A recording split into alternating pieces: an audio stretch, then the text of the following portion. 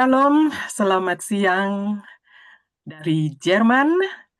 Saya ucapkan selamat malam bagi seluruh peserta yang hadir melalui webinar kita ini, baik yang berada di Indonesia, juga di Eropa seperti di Belanda, Jerman, dan khususnya para pemirsa melalui Ebenezer Ministry Channel yang sudah bergabung bersama-sama dengan kami.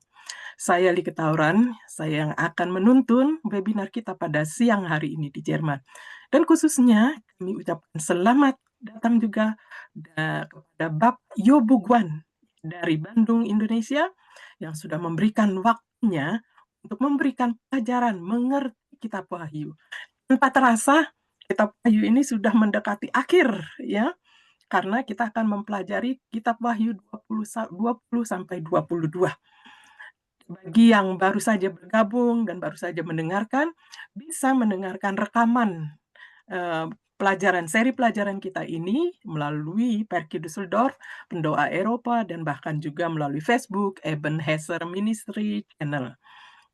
Sekali lagi saya ucapkan merupakan satu anugerah bagi kita yang besar, di mana Tuhan sudah memberikan waktu bagi kita satu hari ini untuk mempelajari firman Tuhan yang akan nanti diberikan melalui Bapak Yobu Guan, narasumber kita. Karena kita akan mempelajari firman Tuhan ini, baiknya kita akan berdoa, dan kita sudah berembuk ya. Doa buka akan dipimpin oleh Bapak Tobat Saragih sebelum kita memulai pelajaran kita ini. Silahkan, Ya, Pak Saragih. ya. Mari kita berdoa. Bapa di surga, Bapa yang kami kenal dalam nama Tuhan Yesus Kristus yang telah mati dan menyelamatkan kami dan bangkit dan akan datang untuk kedua kali Tuhan. Kami ucap syukur Tuhan karena Engkau telah mengumpulkan kami saat ini Tuhan. Kami yang berada baik itu di Jerman, di Indonesia, dimanapun berada Tuhan melalui online ini kami ingin mendengar firman-Mu dari kitab Wahyu 20-22. Kami ingin mengerti Tuhan begitu banyak rahasia yang sudah Engkau sampaikan pada kami. Kami mengundang pada saat ini biar Roh Kudus hadir di antara kami, di hati kami, untuk membuka hati dan pikiran kami untuk mengerti akan firman-Mu, untuk mengerti apa yang ingin Engkau katakan buat kepada kami. Dan berkati Bapak Ibu Guan Tuhan, Tuhan sendiri yang menuntun dia, memberi dia hikmat, supaya dengan hikmat daripada Tuhan sendiri dia boleh mengatakan apa yang Tuhan ingin supaya kami dengar dan yang Tuhan ingin supaya kami lakukan dalam kehidupan kami. Kami serahkan pertemuan ini Tuhan dari awal, pertengahan hingga akhir, supaya sendiri Engkau hadir, membuka hati dan pikiran kami, Engkau membuang segala yang jahat, supaya sungguh pada saat ini Tuhan hati kami benar-benar menerima firman-Mu dan melakukannya dalam kehidupan kami sehari-hari. Dalam Kristus Yesus kami berdoa dan mengucap syukur. Amin. Haleluya, amin. Terima kasih Bapak Saragih. Ya. Baik, judul kita pada saat ini adalah salah paham tentang surga, neraka, dan bumi baru. Wahyu 20 sampai dengan Wahyu 22. Dan seperti kebiasaan, kita akan mendengarkan webinar ini yang dibawakan oleh narasumber kita, Bapak Yobu Guan. Setelah ini, saya akan memberikan kesempatan kepada kita semua untuk bertanya. Tanpa membuang waktu lagi, silakan Yobu Guan, tapi sebelumnya saya akan memberikan untuk membagikan firman-Nya. Tuhan memberkati kita semua. Halo, selamat siang sahabat-sahabat di Jerman, dan selamat malam atau selamat pagi di tempat-tempat lain di Indonesia maupun tempat lain. Terima kasih Bu Like dan sahabat-sahabat di Perki atas undangannya. Saya kagum sama kerajinan teman-teman Perki nih belajar firman Tuhan. Sungguh semangat ini mengilhami saya untuk menyiapkan pelajaran sebaik-baiknya. Dan kepada teman semua juga yang rindu belajar firman Tuhan, semoga jadi berkat ya. Tidak terasa sekarang kita sampai kepada sesi yang terakhir di kitab Wahyu, yaitu Wahyu 20 sampai 22. Dan setelah itu kita mungkin akan balik lihat kalau ada detail pelajaran yang menarik, nanti bisa kita perdalam. Nah, Bapak Ibu Saudara sekalian, hari ini saya akan bagikan sebuah topik yang mungkin akan kontroversial. Jadi, para pendengar sekalian bersiaplah untuk kontroversi yang akan Bapak Ibu dengar. Mungkin Bapak Ibu akan kaget dengan ajaran pengertian tradisi yang selama ini kita dengar dengan pengertian Alkitab. Mungkin kita selama ini mendengar sesuatu yang kita kira kebenaran, padahal itu mitos.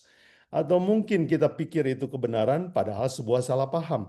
Nah, kita akan sama-sama menyelidiki Alkitab dan menjadikan Alkitab sebagai standar. Bila mana saudara terkejut atau kurang paham, kita diskusikan belakangan ya. Baik, kita mau belajar. Kita bukan mau indoktrinasi. Ya, semua orang punya hak untuk memilih kebenaran mana yang mau dia percaya.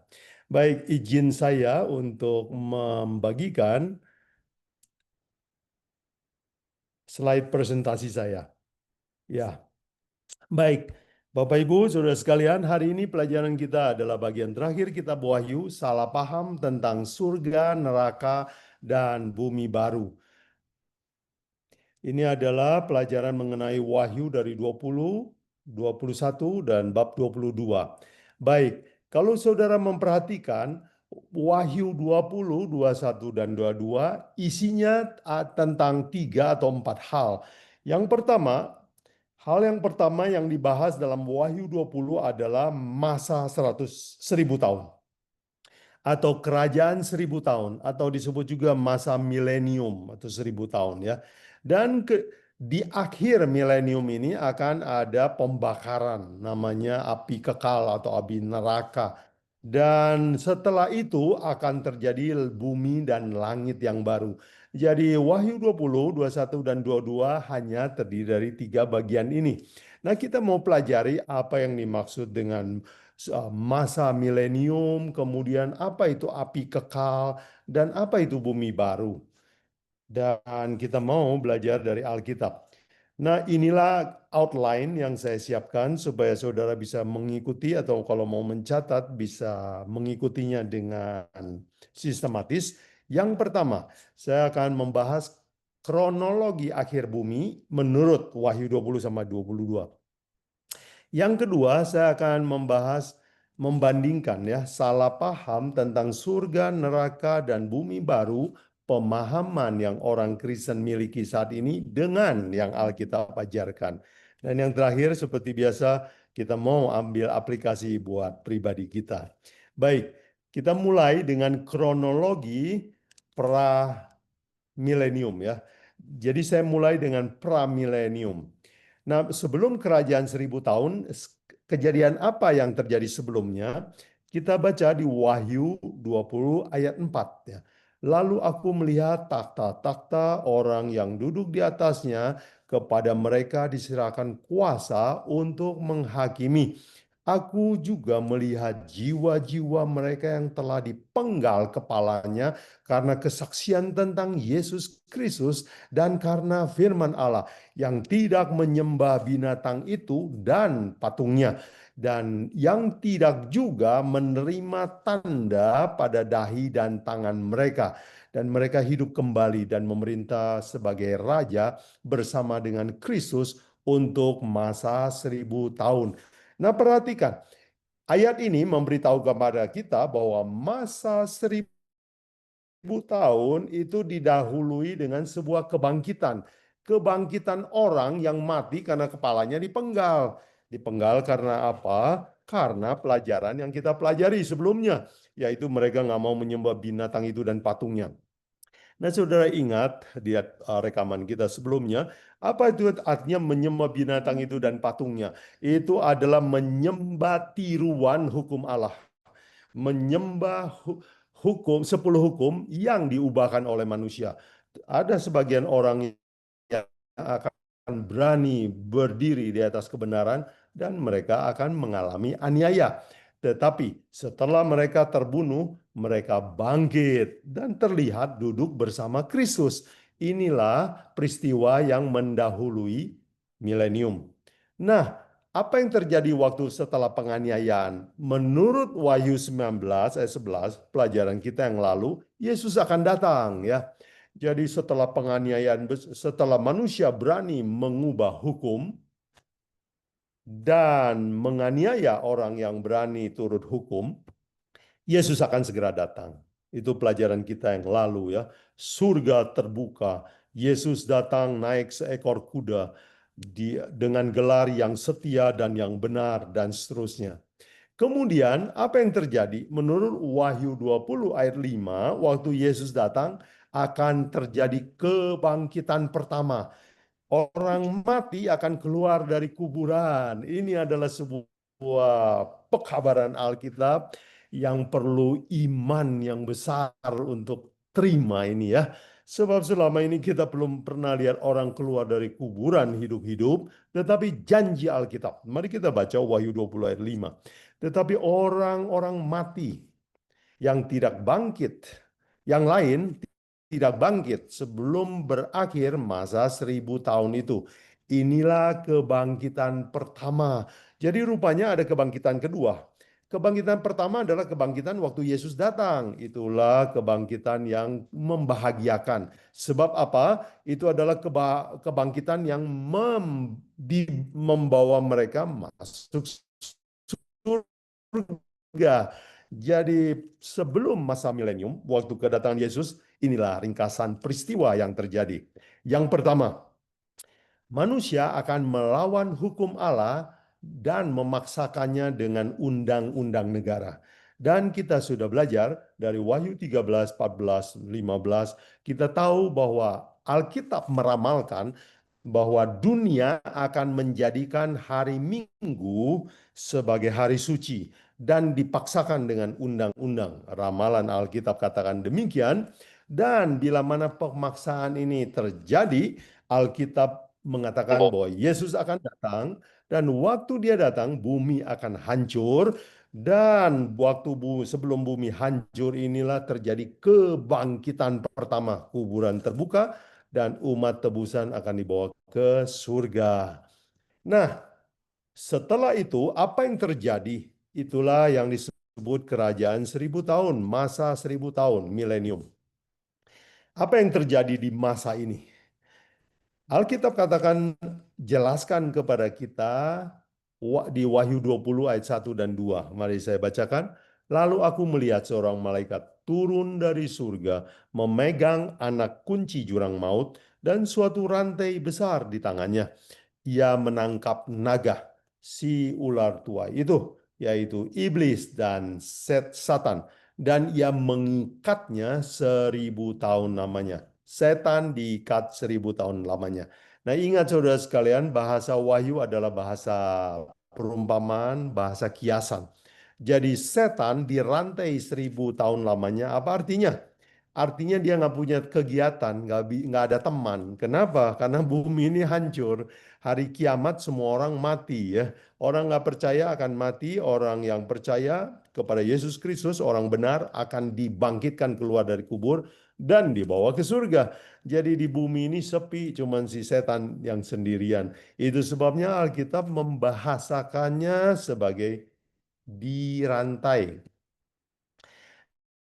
Dan apalagi yang terjadi itu akan terjadi pengadilan. Tetapi pengadilannya kalau bahasa hukum disebut in absentia ya. Orang yang nggak hadir tapi dihakimi ya, dibuka kitab-kitab. Mari kita lihat Wahyu 20 ayat 4 dan 5, 4 dan 5. Dan aku melihat takhta-takhta dan orang-orang yang duduk di atasnya dan kepada mereka diserahkan kuasa untuk menghakimi. Ya, dan seterusnya. Jadi saudara sekalian, orang percaya setelah bangkit, mereka dibawa ke surga, pekerjaannya adalah membantu Yesus buka semua catatan kitab, memeriksa kenapa orang lain tidak masuk surga. Jadi inilah rencana Allah untuk menunjukkan bahwa Dia itu adil. Kenapa? Disinilah kita akan terkejut ya. Kenapa banyak orang yang saya kira bakal masuk surga, loh kok nggak masuk surga? Tuhan kasih kesempatan untuk periksa semua. Ada orang yang kita kira, ya nggak mungkin masuk surga dia. Tetapi kok ada di surga, Tuhan juga kasih izin, buka semua catatan kehidupan. Pengadilan akan terjadi.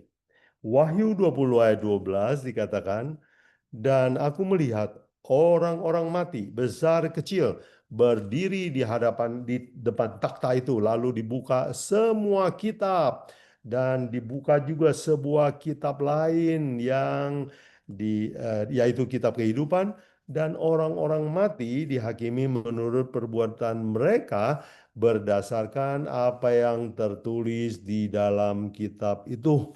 Bapak Ibu Saudara sekalian, saya harap dengan membaca ini hidup kita berubah. Hati kita bergetar. Sebab rupanya hidup kita itu direkam. Jadi kesimpulannya Bapak Ibu, peristiwa di masa 1000 tahun itu ada dua hal yang terjadi yang besar. Yang pertama di bumi, iblis dirantai di bumi, ya, dikurung. Yang kedua, di surga akan terjadi pengadilan, dibuka semua rekaman rahasia yang termasuk yang paling rahasia dari kehidupan kita. Itulah yang akan terjadi selama masa 1000 tahun. Jadi, Bapak Ibu, Yesus bilang, "Kamu jangan menghakimi, karena nanti kamu akan jadi hakim, tapi nanti bukan sekarang. Setelah kamu punya bukti-bukti. Kalau di dunia ini kita menghakimi orang nggak punya bukti dan belum dikasih wewenang untuk jadi hakim. Nanti kita akan jadi hakim bersama Yesus Kristus." Dan saudara sekalian, apa yang terjadi setelah milenium? Ya, saya sebut post milenium. Akan terjadi, kata Alkitab, kebangkitan kedua, ya. Wahyu 20 ayat 6 kita baca, berbahagia dan kuduslah yang mendapat bagian dalam kebangkitan pertama itu. Kematian yang kedua tidak berkuasa lagi atas mereka. Ayat 13. Lalu laut menyerahkan orang mati yang ada di dalamnya, dan maut dan kerajaan maut menyerahkan orang mati yang ada di dalamnya, dan mereka dihakimi masing-masing menurut perbuatannya. Wah, saudara sekalian, jadi setelah masa 1000 tahun itu, setelah masa penghakiman itu, sudah jelas kenapa orang-orang itu tidak masuk surga. Tuhan membangkitkan orang jahat. Jadi ada kabar baik dan kabar buruk. Kabar baik adalah orang percaya maupun tidak percaya sama-sama akan bangkit, ya. Di dalam Yohanes 8, Yohanes 5, Yesus bilang, ya, akan datang waktunya kamu akan mendengar suara Anak Allah dan Dia akan membangkitkan orang jahat maupun orang baik. Yang baik akan mendapat pahala, yang jahat akan mendapat hukuman. Nah, inilah detailnya. Jadi rupanya yang percaya bangkit waktu Yesus datang, yang tidak percaya bangkitnya nanti setelah dihakimi 1000 tahun, mereka akan dibangkitkan. Nah, inilah namanya kebangkitan kedua. Nah, kabar buruknya adalah kebangkitan kedua bukan kebangkitan yang baik. Sebab ini kebangkitan untuk dihukum. Kebangkitan untuk membuktikan bahwa Allah itu adil dalam semua keputusannya. Dan apa lagi yang terjadi setelah 1000 tahun? Setan akan dilepaskan. Menurut Wahyu 20 ayat 7 dan 8 dikatakan, dan setelah masa 1000 tahun itu berakhir, iblis akan dilepaskan dari penjaranya. Dan dia akan pergi menyesatkan bangsa-bangsa. Wah, ini memang setan itu seperti Raja Firaun, ya. Nggak puas kalau nggak membalas atau melawan sampai titik darah penghabisan. Jadi dia mengumpulkan lagi semua orang yang tidak percaya, yang dibangkitkan, ya, yaitu yang disebut Gog dan Magog, itu sebuah istilah yang dia kutip dari Perjanjian Lama, dan mengumpulkan mereka untuk berperang, dan jumlah mereka sama dengan banyaknya di pasir di laut. Wah, sedih waktu saya baca ini, ya. Rupanya orang yang tidak mau percaya kepada Yesus itu banyak seperti pasir di laut. Sedih juga, ya. Jadi setan akan lepas dan menghasut. Dan Wahyu 20 ayat 19, dia akan mengajak semua orang yang bangkit itu untuk mengadakan perlawanan terakhir. 20 ayat 9, maka naiklah mereka ke seluruh dataran bumi, lalu mengepung perkemahan orang kudus dan kota yang dikasihi itu. Tetapi dari langit turunlah api menghanguskan mereka. Nah, kota kudus yang dimaksud nanti kita akan belajar itulah Yerusalem baru. Jadi waktu Tuhan Yesus mau turun ke bumi ketiga kali dengan kerajaannya, ini setan dan para pengikutnya berusaha menyerang untuk terakhir kali. Ya, perlawanan terakhir. Dan apa yang terjadi berikutnya? Alkitab katakan setelah masa 1000 tahun, Yesus akan membawa kerajaannya turun ke bumi ya. Yesus dan Yerusalem akan turun di bumi ini. Wahyu 21, 1 dan 2 memberi catatan begini. Dan aku melihat langit yang baru dan bumi yang baru, sebab langit yang pertama dan bumi yang pertama telah berlalu dan laut pun tidak ada lagi. Dan aku melihat kota yang kudus, Yerusalem baru, turun dari surga, dari Allah, berhiaskan bagaikan pengantin perempuan yang berdandan untuk suaminya. Oh, ini adalah ilustrasi yang susah saya bayangkan, tetapi saya hanya membayangkan bahwa Yohanes di Pulau Patmos ini susah menggunakan bahasa manusia untuk mendeskripsikan kecantikan, keindahan suasananya. Jadi dia pakai bahasa perkawinan. Wah, seperti orang kawin. Ya, dandanannya bagus, bajunya bagus, acaranya bagus, semua orang tersenyum. Ini adalah peristiwa yang berbahagia. Jadi kita bisa simpulkan apa yang terjadi setelah masa 1000 tahun. Alkitab beritahukan kepada kita, inilah ringkasannya. Pertama, setelah 1000 tahun akan terjadi kebangkitan kedua. Orang jahat akan dibangkitkan, orang tidak percaya akan dibangkitkan. Yang kedua, iblis akan diizinkan lepas. Dan yang ketiga, dia akan menghasut dan mengadakan perlawanan terakhir, pengepungan. Yang keempat, Yesus akan datang ketiga kali. Ini istilah yang saya buat sendiri. Yesus akan datang ketiga kali ke bumi dan dia datang dengan kota Yerusalem baru. Dan waktu Yesus datang inilah ketiga kali dengan Yerusalem baru, iblis berusaha mengepung, tetapi Tuhan membakar mereka dengan api, pembakaran ya. Dan peristiwa pembakaran itulah yang dalam Alkitab disebut sebagai api, lautan api. Itulah neraka ya. Itulah neraka. Jadi Bapak Ibu Saudara sekalian, neraka terjadi di titik ini ya menurut catatan kitab Wahyu. Baik, setelah itu apa yang terjadi? Inilah kata Alkitab, Wahyu 21 ayat 1.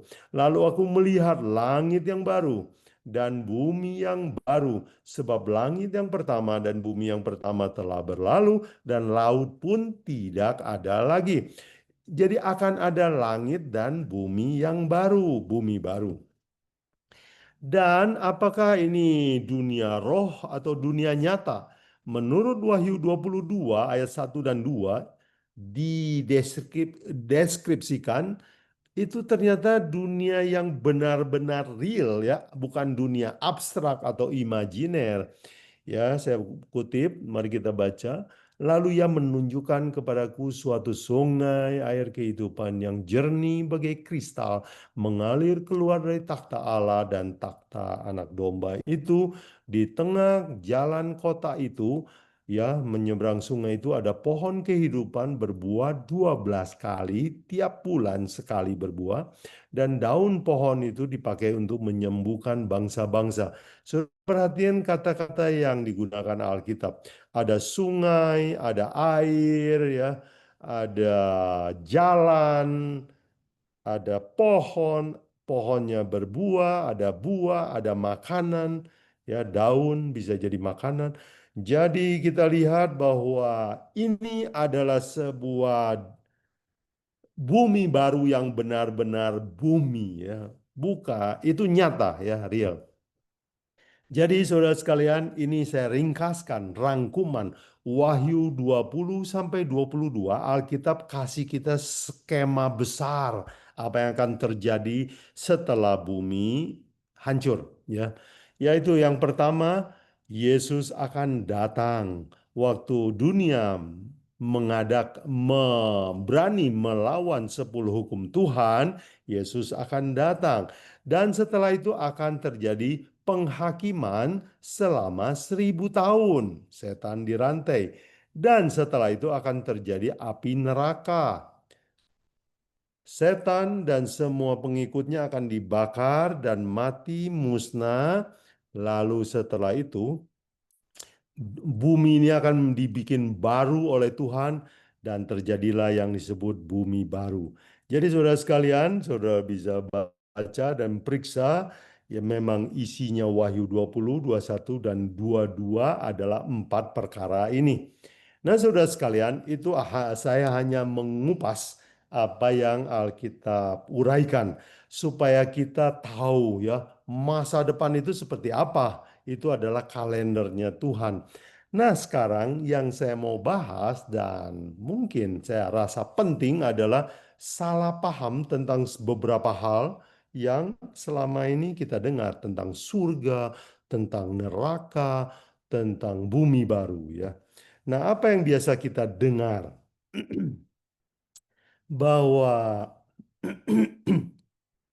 ya, saya sering kali kalau mengajar Alkitab, topiknya ini, banyak orang yang bertanya sama saya, loh, kok beda? Selama ini saya kira surga itu adalah dunia roh, bentuknya seperti asap, kemudian abstrak ya, bukan bisa dipegang gitu, bukan ada jalannya, bukan. Lalu katanya dia bilang, loh Pak, bukannya orang mati langsung masuk surga atau masuk neraka? Loh Bapak bilang kok neraka baru adanya nanti. Jadi bagaimana ini? Ya sudah sekali. Oh, ini saya dapat gambar di internet ya. Ini gambar contoh orang masuk surga. Di surga itu kira-kira ada yang mengajarkan atau membayangkan bahwa surga itu kayak awan lah gitu. Atau seperti orang percaya bahwa kalau orang mati, yang mati itu badannya. Rohnya mah bangkit, keluar, naik gitu ke atas, kembali kepada Allah. Jadi badannya di bumi, rohnya bersama Allah. Ini adalah pendapat umum. Pertanyaan, apakah ini benar? Mari kita pelajari Alkitab bersama. Apa kata Alkitab tentang surga? Surga itu apa sih? Di mana?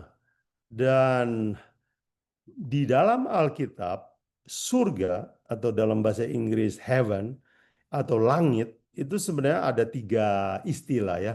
Langit yang di atas kita, burung bisa terbang, kapal terbang, itu kita disebut langit pertama. Langit yang kedua itu adalah langit di mana planet ya galaksi berada. Nah, di luar sana ada yang disebut langit juga, tapi langit arti yang ketiga. Nah, arti langit terdiri dari 3 arti itu juga dipahami oleh Paulus demikian ya. Saya tidak kutip, itu juga dipahami oleh Raja Salomo waktu dia berdoa ya. Jadi Paulus juga memahami bahwa surga atau langit itu ada 3 level ya. Langit 1, langit 2, langit 3. Nah, langit 3 itu adalah di mana Allah bertakhta. Saya kutip 2 Korintus 12 ayat 2. Aku tahu tentang seorang Kristen 14 tahun yang lampau. Sebenarnya Paulus berbicara tentang pengalaman dia sendiri, cuman dia merendahkan diri bilang orang seperti ada kenal seseorang. Entah di dalam tubuh aku tidak tahu, entah di luar tubuh aku tidak tahu, Allah yang mengetahuinya. Orang itu tiba-tiba diangkat ke tingkat yang ketiga dari langit, tingkat yang ketiga dari sorga. Ingat ya, kalau kata sorga, langit dalam bahasa aslinya itu sama aja. Sama seperti bahasa Mandarin bilang Tien, itu bisa artinya surga tempat Allah bertakhta, bisa juga tempat burung terbang. Jadi semuanya itu disebut langit. Nah, langit tempat Allah bertakhta itu disebut langit ketiga. Jadi kalau begitu Alkitab menganggap, mencatat bahwa Allah itu memang bertakhta jauh di atas, tapi tempatnya ada, tempatnya real, bukan asap, bukan imajiner, tetapi adalah tempat yang benar-benar ada. Pertanyaan berikutnya, apakah orang mati langsung masuk surga? Mari kita lihat apa ajaran para rasul tentang hal ini. Kisah para Rasul 2 ayat 29 katakan, dan 34 dan 35 ya. Saudara-saudara, aku boleh berkata-kata dengan terus terang kepadamu tentang Daud, bapa bangsa kita. Ia telah mati dan dikubur, dan kuburannya masih ada pada kita sampai hari ini. Sebab bukan Daud yang naik ke surga, malah Daud sendiri berkata, Tuhan telah berfirman kepada Tuanku, ya, dan seterusnya. Jadi di dalam kisah para rasul mengajarkan bahwa Daud orang yang dikasihi Allah, Daud orang yang terhormat, orang yang saleh, itu mati dikubur, kuburannya sampai sekarang masih ada dan dia belum bangkit, dia belum ke surga. Jadi pengajaran ini bisa mengcounter pendapat bahwa orang mati sudah masuk ke surga. Dan waktu Yesus mati, orang berpikir, oh Yesus itu yang mati badannya, rohnya mah naik ke surga. Mari kita lihat bagaimana Yesus mendeskripsikan hal ini, kematian. Yohanes 20 ayat 17. Kata Yesus kepadanya, kepada Maria Magdalena, jangan memegang aku, sebab apa katanya? Aku belum pergi kepada Bapa, tetapi ya kasih tahu sama saudara-saudaramu. Jadi dengan kata lain, waktu hari Minggu ketika Yesus bangkit pagi-pagi, dia bilang saya belum naik ke surga. Bagaimana mungkin orang sekarang percaya bahwa orang percaya Yesus langsung masuk surga? Jadi ini adalah sebuah salah paham. Kemudian pertanyaan berikutnya, kalau begitu kapan orang mati masuk surga? 1 Tesalonika menolong kita ya. 4 ayat 16 dan 17 Paulus bilang begini tentang kebangkitan.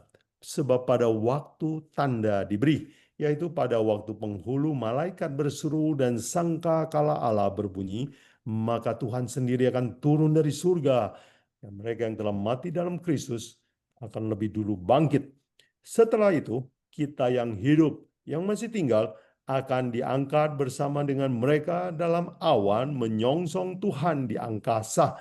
Demikianlah kita akan selama-lamanya bersama dengan Tuhan. Kapan orang masuk surga? Waktu Yesus datang, waktu dia membunyikan suara keras dan kuburan terbuka. Orang mati dikasih kehormatan, bangkit dulu, naik dulu ke langit. Setelah itu yang beruntung masih hidup waktu Yesus datang, baru diangkat menyusul ke langit dan akan berkumpul dengan Tuhan. Kalau begitu, ajaran Alkitab itu menekankan tentang hari kedatangan Yesus adalah puncak pengharapan orang Kristen. Jadi puncak pengharapan orang Kristen bukan waktu mati.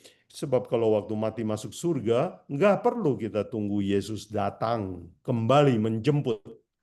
Semua orang percaya. Tetapi ingat, tujuan tertinggi, pengharapan tertinggi orang Kristen adalah kedatangan Yesus. Kalau dia tidak datang, nasib kita akan tetap di dalam tanah. Nah, kalau begitu kira-kira kemana arahnya ajaran bahwa orang mati langsung masuk surga? Kelihatannya ajaran itu adalah berusaha mengecilkan atau menghilangkan pengharapan atau penantian akan kedatangan Yesus yang kedua kali. Seperti bagus, Tetapi ajaran itu berbahaya sebab menghilangkan sebuah doktrin yang ajaran besar penting di dalam kitab Wahyu.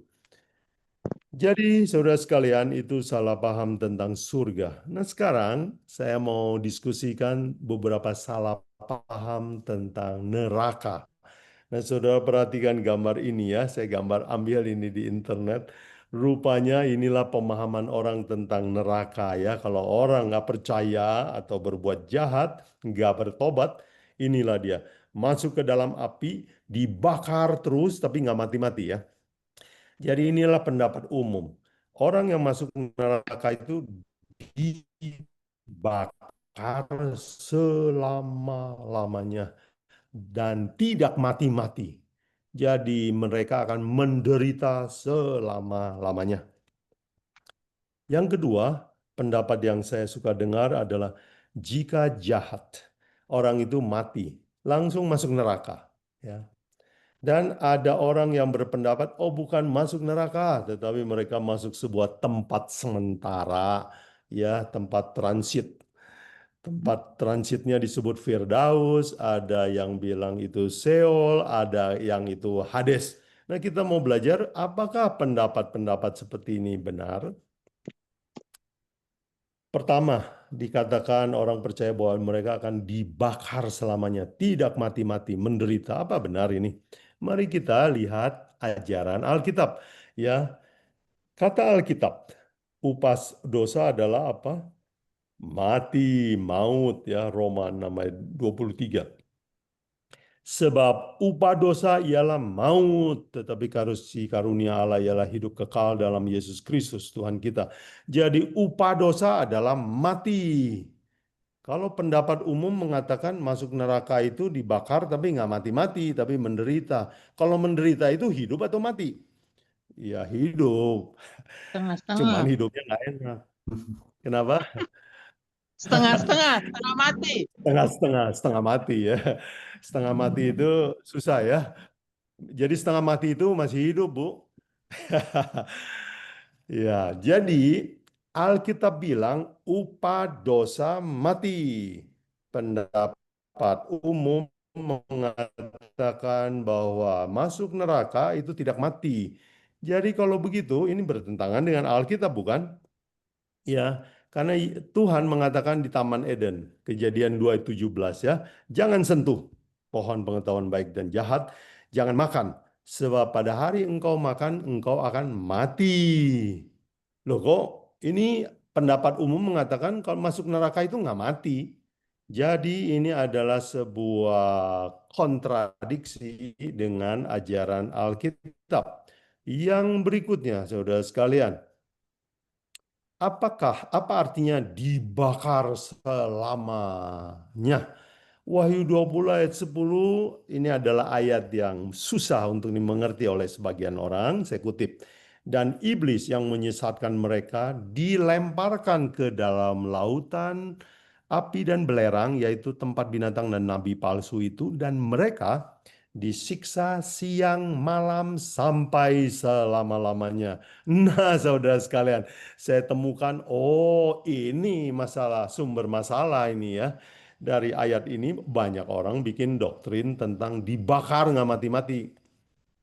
Nah, saudara sekalian, mari kita mengerti ayat ini pertama secara kontekstual. Artinya kita baca ayat sebelumnya, sesudahnya kontekstual.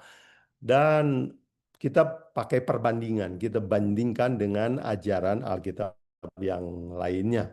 Baik, kita lihat secara kontekstual. Di Wahyu 20 ayat 14, itu kan 4 ayat setelahnya dikatakan, lalu maut dan kerajaan maut itu dilemparkan ke dalam lautan api. Nah, perhatikan ini ya. Ini adalah penjelasan tentang lautan api.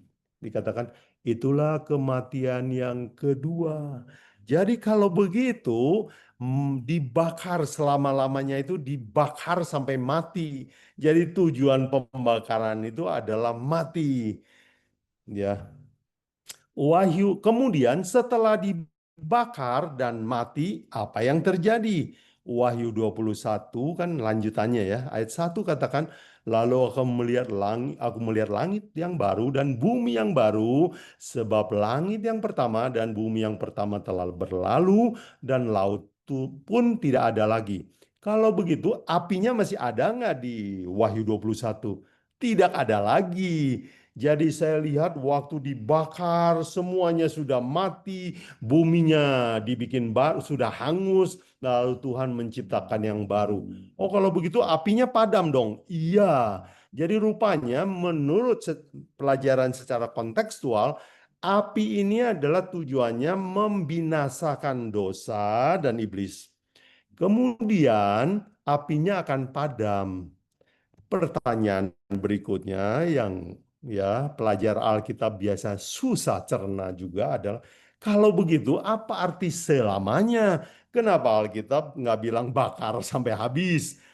Nah, saudara sekalian, kita perlu mengerti bahwa kata selamanya ini adalah sebuah gaya bahasa.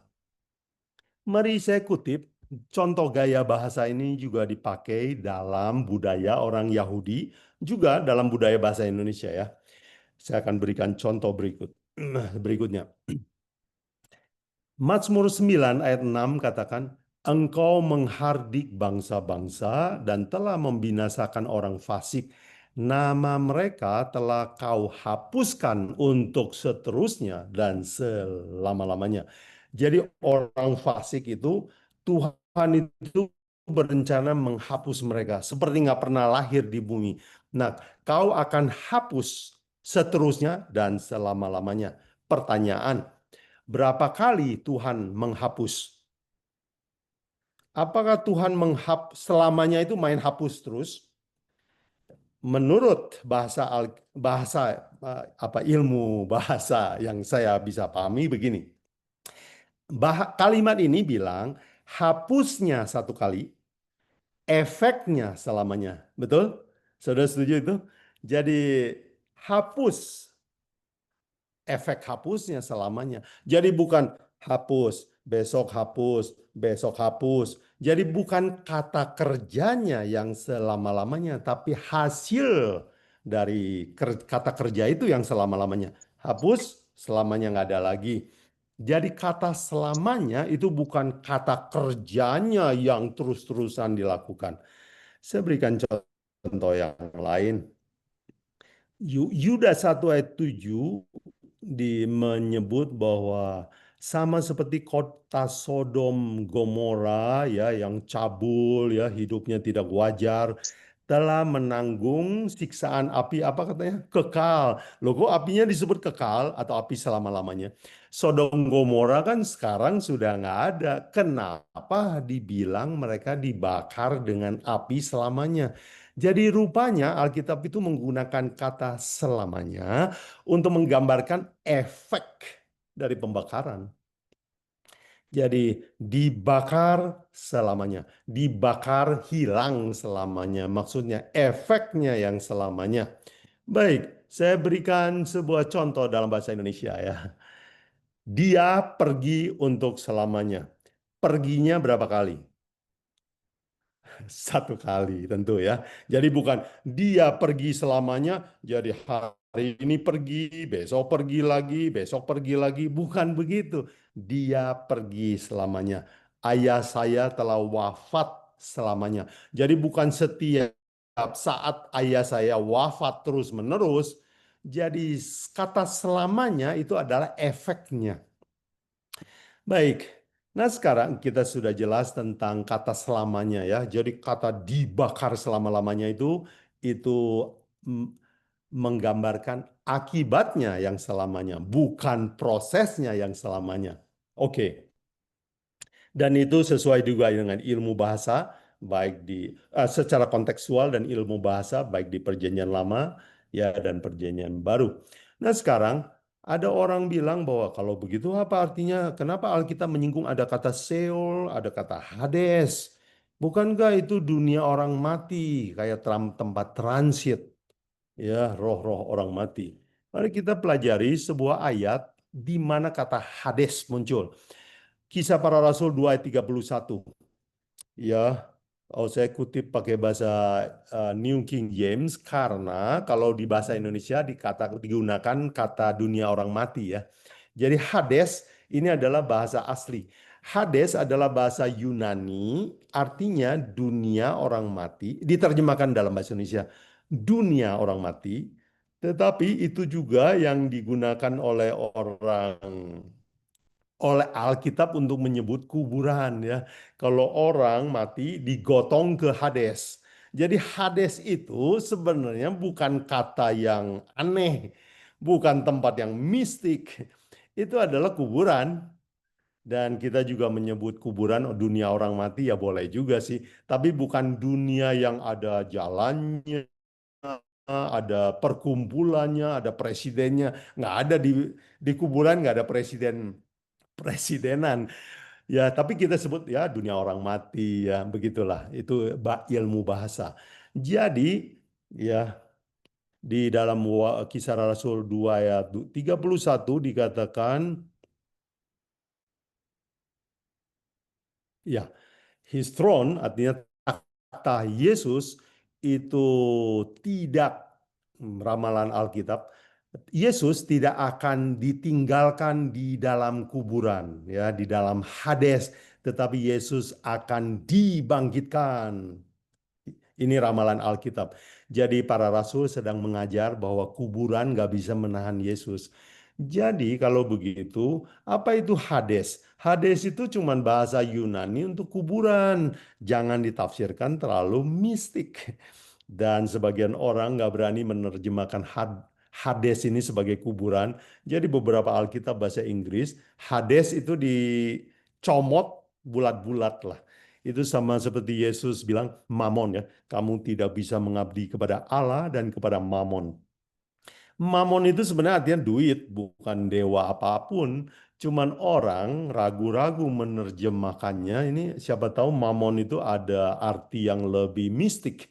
Jadi padahal kamu tidak Yesus bisa diterjemahkan, kamu tidak bisa berbakti kepada uang dan kepada Allah.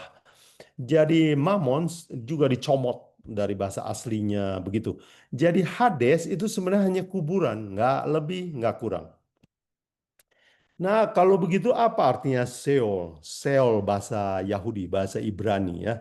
Itu dicek contoh kutip di Alkitab banyak gunakan kata Sheol, saya kutip dari Mazmur 30 ayat 3 dan 4. Ya, dikatakan Tuhan, aku teriak minta tolong, Engkau telah menyembuhkan aku. Ya, kalau kita sakit kan kita takut mati ya. Tuhan, Engkau mengangkat aku dari dunia orang mati, dari kata aslinya adalah Sheol. Engkau menghidupkan aku di antara mereka yang turun ke liang kubur. Nah, saudara perhatikan kata dunia orang mati dan dunia liang kubur, dan liang kubur itu sebenarnya repetisi, pengulangan. Jadi engkau telah menolong aku keluar dari Sheol. Lalu Sheol ini apa? Diterangkan oleh ayat itu sendiri, itu lubang kuburan. Jadi kalau begitu, Sheol itu sebenarnya bukan tempat yang mistik-mistik, bukan tempat yang aneh-aneh. Itu cuma bahasa Ibrani untuk kuburan dan lubang kuburan. Waktu Daud mau meninggal, dia bilang sama anaknya, dia bilang, aku akan turun ke dunia orang mati. Bahasa Indonesianya. Padahal Alkitab bahasa aslinya, aku akan turun ke Sheol. Ya memang orang mau mati tahu dia akan turun ke liang lahat ya. Jadi kalau begitu, Sheol, apa itu Sheol dan Hades? Itu kuburan. Ya. Jadi, nah sekarang kita mau lihat ada juga salah paham tentang dunia baru ya. Katanya, oh dunia baru sama surga apa sih bedanya? Sama lah itu. Kemudian, oh pasti abstrak ya. Itu dunia roh juga ya. Kita masuk ke surga itu bukan dengan badan yang utuh. Dan ada satu murid saya dulu bertanya, oh Om, saya kira setiap hari kalau orang masuk surga itu kerjanya menyanyi terus. Pagi, malam nyanyi ya. Besok pagi nyanyi lagi, malam nyanyi lagi. Saya bilang, oh ternyata Alkitab nggak mengajarkan begitu ya, tapi dia dapat kesan begitu. Nah sekarang kita mau uji. Alkitab mengatakan bahwa surga dan dunia baru itu adalah tempat yang benar nyata ya. Secara kontekstual kita tadi sudah belajar Wahyu 22 kasih keterangan yang jelas ya. Ada sungai, ada air, ada jalan, ada pohon, ada proses makan. Kemudian di surga itu, di dunia baru juga ada kerjaan ya, bukan nganggur nyanyi ya, bukan. 20 Wahyu 20 ayat 5 dikatakan dan mereka akan memerintah bersama Yesus. Jadi ada kerjanya ngurus dunia yang baru. Sama seperti, jadi rupanya ini nggak kontradiksi ya, sesuai dengan ajaran Alkitab. Waktu Tuhan menciptakan Adam dan Hawa, Tuhan bukan bikin manusia untuk tiap hari leha-leha, piknik, duduk di kursi goyang. Bukan ya, Kejadian 2 ayat 15. Tuhan mengambil manusia, ditempatkan di Eden. Suruh kerja, rawat.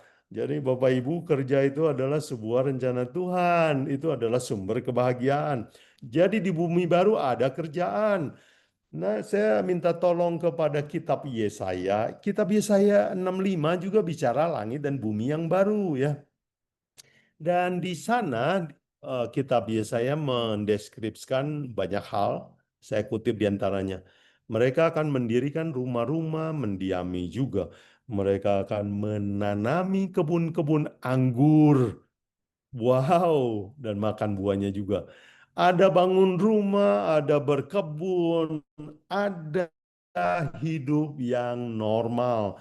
Jadi kalau begitu di surga itu beneran hidupnya. Ya. Nah, berikutnya, apakah bumi baru dan surga itu sama? Ternyata berbeda tempat. Matius 6 ayat 9 dan 10, Yesus ketika mengajar kita doa Bapa kami, dia bilang begini, karena itu berdoa demikian, Bapa kami di surga, dikuduskanlah namamu, datanglah kerajaanmu, jadilah kehendakmu. Di mana katanya? Di bumi seperti di surga. Kalau begitu, bumi baru itu adalah surga yang pindah, beda tempat, tetapi kualitasnya ya dekatlah. Jadi saudara sekalian, pelajaran kita selesai. Ya, saya hari ini agak lama sedikit sebab repot juga kalau saya takut kalau tidak menjelaskan secara detail tentang salah paham ini nanti malah tambah bingung ya. Saya harap ini cukup jelas dan kalau masih kurang jelas nanti ditanya jawab kita bisa diskusikan lagi. Saya nggak punya waktu untuk mendiskusikan semua beberapa ayat lain yang kontroversial di Alkitab, tetapi sebenarnya bisa dijelaskan juga dengan menggunakan Alkitab. Baik, saudara sekalian, pelajaran kita selesai. Inilah rangkumannya. Salah paham tentang surga, bumi baru, dan neraka. Yang benar adalah surga itu nyata. Bumi baru itu real. Orang dibangkitkan, punya badan, masuk surga, hidup, dilanjutkan. Surga dan bumi baru adalah surga yang turun ke bumi. Jadi tempat kita berpijak sekarang, ini adalah surga baru yang akan Tuhan kasih. Ya persis seperti Tuhan bilang sama Abraham, Abraham jalani Kanaan, tempat ini akan jadi milikmu. Begitulah Bapak Ibu Saudara sekalian, kalau Bapak Ibu nyetir keliling, saudara terbang, saudara jalan-jalan, ingat tempat kau pijak, suatu hari kalau kau setia akan jadi milikmu. Orang percaya akan dibangkitkan dan hidup dilanjutkan, orang mati belum masuk surga sekarang. Mereka di dalam tanah menunggu hari kedatangan Yesus, dan waktu Yesus datang kedua kali, kebangkitan baru terjadi. Dan apa kebenaran tentang neraka? Neraka itu nanti, in the future. Waktu pembakaran bumi ini dan setan dengan semua dosanya itu dihabiskan. Dan sekarang tidak ada neraka. Dan neraka itu bukan hidup kekal, bukan. Dalam siksaan, bukan.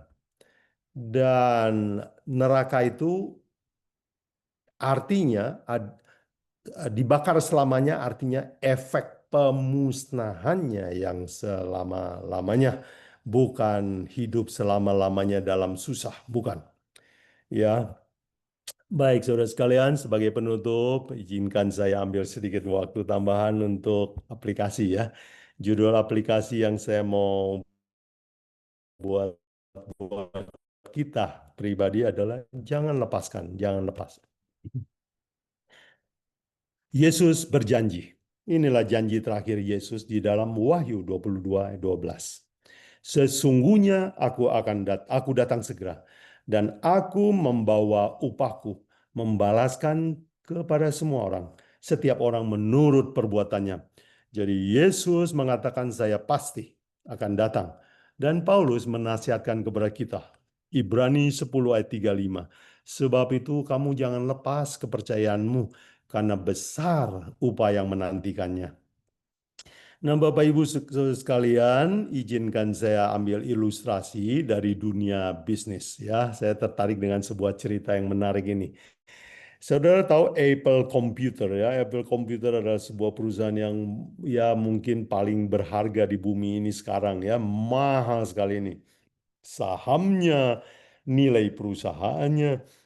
Rupanya Apple Computer yang mahal ini didirikan oleh 3 orang ya. Saya cuma kenal, yang terkenal adalah Steve Jobs. Rupanya ini ada dokumen pendiriannya ya. Didirikan oleh 3 orang. Satu orang bernama Steve Wozniak. Yang kedua, tanda tangan kedua namanya Steve Jobs. Yang ketiga, seorang yang tidak terkenal namanya Ronald Wayne.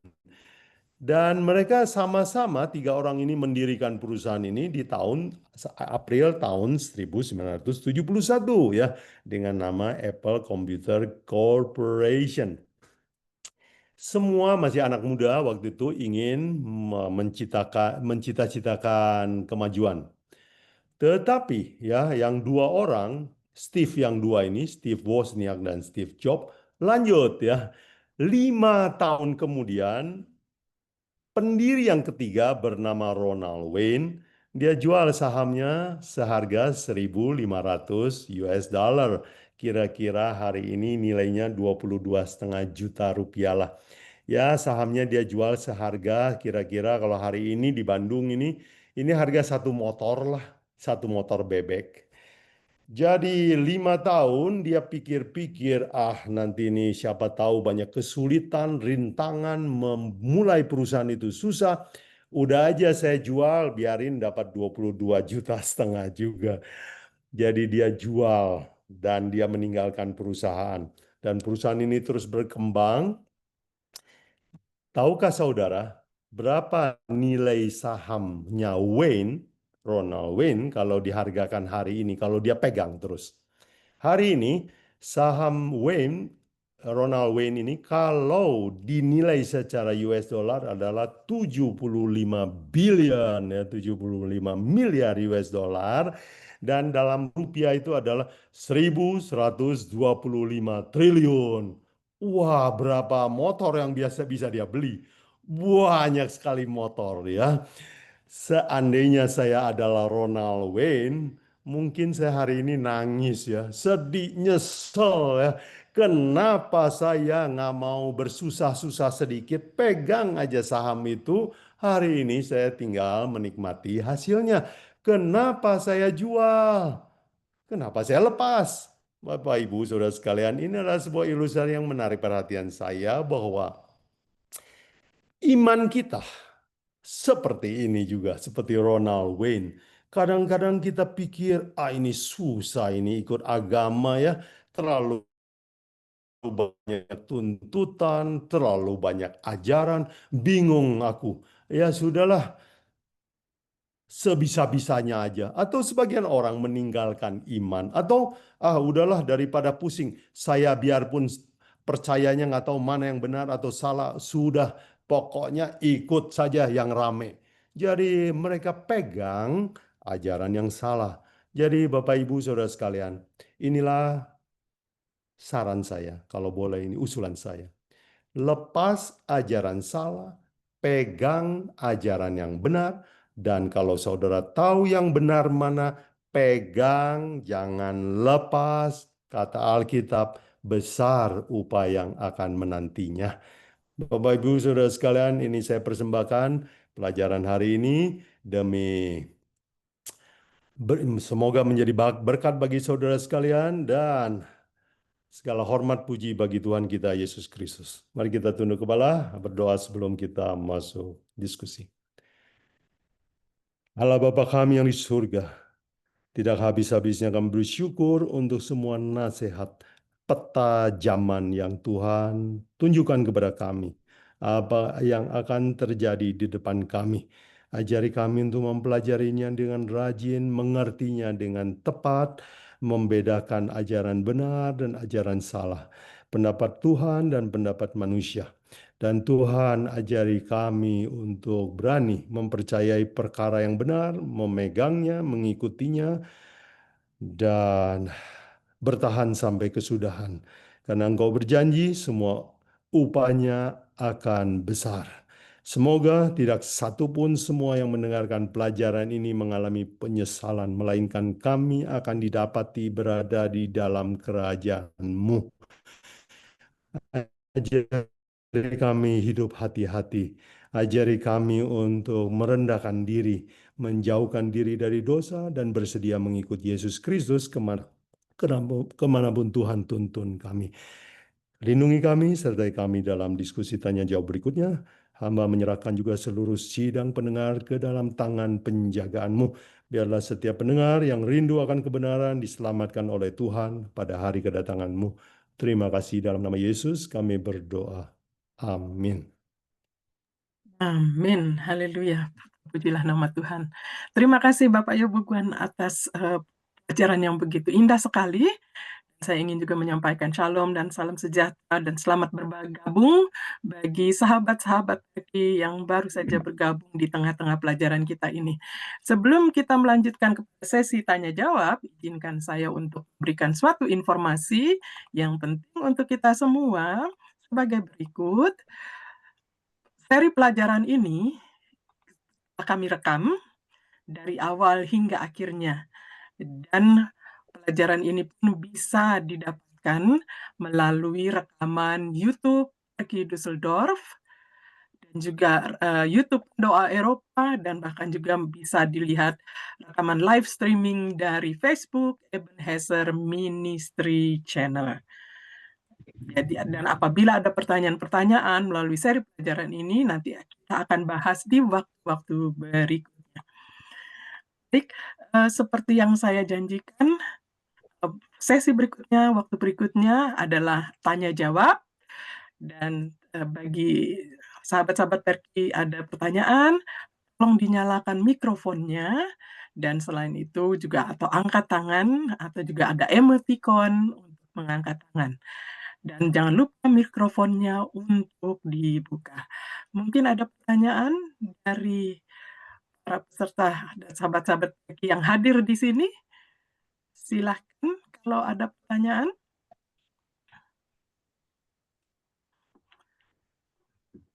Terima kasih ini Pak Yobu, pelajarannya menarik sekali ya, mengenai bumi baru. Agak lama ya? Tidak Pak, justru kami senang Pak kalau dengar lama-lama ini. Nggak mau putus-putus ini dengarnya. Ya, bahannya agak banyak sih. Oke. Iya. Terima kasih sudah sabar semua. Amin. Saya lihat di sini ada yang sudah buka mikrofonnya. Tadi Tante Elizabeth Walean sudah membuka. Apakah ada pertanyaan atau hanya ingin menyapa? Ya, hanya mau bilang bahwa teman saya, dia dari Palu, kebetulan dia ketemu saya. Terus saya sendiri nggak bisa buka-buka sendirian, tadi yang bisa. Dia dari Palu, dia jurnalis, dan ada dia biasanya setia dan dia banyak yang dia bisa tanya. Namanya Jace, tolong Ya, disapa dia. Selamat malam. Oh ya, selamat malam juga Ibu Elizabeth Walean. Terima kasih sudah bergabung hadir, dan juga Ya, Ibu Jace Montessori. Terima kasih atas kehadirannya. Ya, baik. Puji Tuhan. Ini, waduh, dari Palu bahkan ya, puji Tuhan. Suatu Amin. sukacita yang Terima besar kita kasih, senang berjumpa. sekali mendengar pelajarannya, bagus banget. Puji Tuhan. Puji Terima Tuhan, kasih. terima kasih. Ya, dan juga saya lihat, mungkin Ibu Jais ada pertanyaan? Ya, kalau Silakan. boleh bertanya ya, ini pertanyaan mungkin biasa saja, tapi pertanyaan yang terus menggugah perasaan. Pertanyaan saya,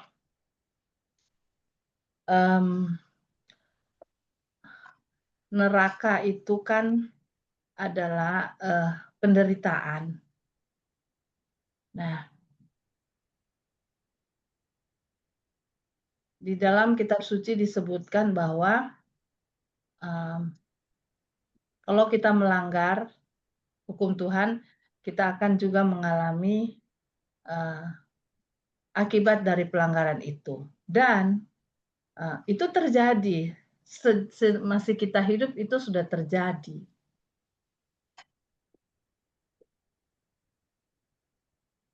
Ada yang bilang itu kalau melanggar misalnya soal makanan, pasti kena penyakit-penyakit berat, termasuk yang stroke dan seterusnya. Jadi artinya itu adalah hukuman. Nah, artinya sejak semasa kita di dunia ini, kita sudah dihukum sebenarnya, sudah mengalami hukuman itu.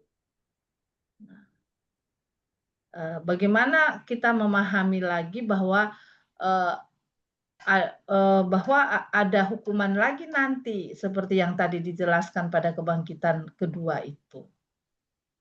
Seperti apa sebenarnya rencana Tuhan itu untuk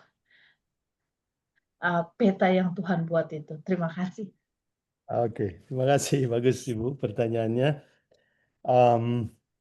Jadi begini, di dunia ini semua